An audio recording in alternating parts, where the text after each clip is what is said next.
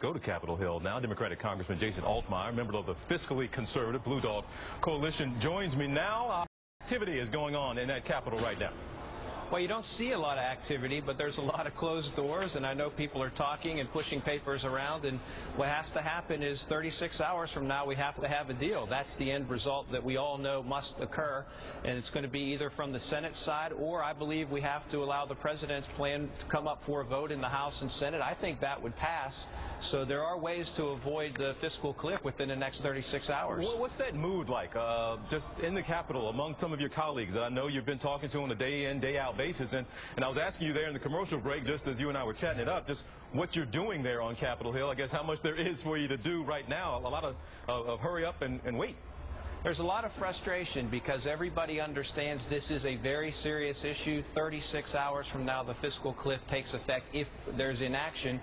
But we do feel that there's some optimism. There's reason to be hopeful, and I'm thinking that the Senate is going to come up with a plan that we'll be able to vote on in the House. And again, if not, the president has put forward a plan that's ready to go right now, so there's no reason we can't get this done. Okay, you would support that up or down? The president has a backup plan, he says. He wants to put something forward if a deal isn't reached, something forward to just make sure the tax cuts stay in place for the middle class. That's something you can certainly support, it sounds like. But also, what is your threshold? Is it 400,000, 500,000 or above, whatever suppose Reid and McConnell do come up with a deal? What are you willing to support? Well, that's the issue. I would support 250, but the issue has to be what can get a majority of the votes in the House and the Senate that the president can sign. It's probably going to be higher than 250, somewhere between 4 and 5 if we strike a deal.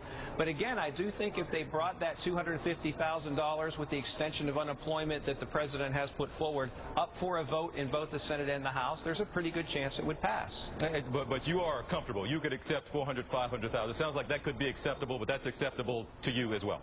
It's acceptable in the context of we have to strike a deal, you have to negotiate, there has to be compromise and give and take. So within that context, yes, that's acceptable. I want to listen to something. I'm not sure if you caught the president on Meet the Press this morning, but I want to let you hear something. I'll ask you about it on the other side. The president discussing the negotiations among other things. But let's listen. I'll ask you about it in a second.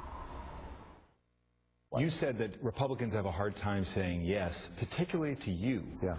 What is it about you, Mr. President, that you think is so hard to say yes to?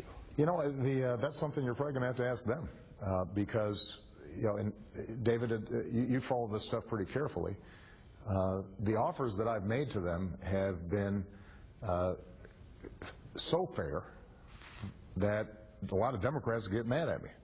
I mean, I offered to make some significant changes to our entitlement programs in order to reduce the deficit. Do you agree with the president there? And again, you're with the Blue Dog Group. You're a fiscal conservative there. But what has been the president's issue? If he has been able to make these concessions, if he has gone more than halfway in his opinion, do you agree with that? And what is it about the president? The president's doing what he needs to do. He's making some arrangements for compromise. He's bringing leaders to the White House. He's in negotiation. I think there has been give and take, and I think he's put a fair offer on the table. It's up to Speaker Boehner and Senator McConnell to decide if they're going to be able to accept the terms of that offer. If they don't have a lot of leverage. We're going to go off the fiscal cliff. That's where we stand right now. Do you think you're in any different position? And I guess suppose it shouldn't be. You should vote your conscience no matter what's happening. But you are an outgoing member of Congress. You won't be returning. You don't have to worry about a re-election. And yes, politics plays into this, and many of the members of Congress are doing what they believe their home districts want them to do, and they're trying to make sure this is about self-preservation and getting re-elected. We understand that's politics. Are you in any different position, or do you think other members of Congress who aren't coming back, don't have to worry about a re-election, can look at this? I think you're in a lame duck session. It's a different dynamic. You have members that have lost, that have retired, that are going on to other work. So, yes, I think that it's different in a lame duck than it would be right before an election. But the fact is that this would be catastrophic for the country if we allowed this to happen. We have to have a deal in 36 hours, and the people who are here are still committed, regardless of their political situation, to doing the right thing for the country. That's what's most important. After your career, this the way you wanted to go out? With this mess? Well, we could have handled it a little bit better. We are in this position because we mishandled it in the first place, but we are where we are. We can still make amends and do the right thing, and I'm hopeful we'll be able to do that in the next day and a half. All right, Congressman Altmire, good luck up there. We'll be checking in plenty throughout the day, and good luck on your future endeavors. Thanks so much. Happy New Year TJ. to you. Thanks. Happy New Year. About 20 minutes past the hour now, and at 1 o'clock.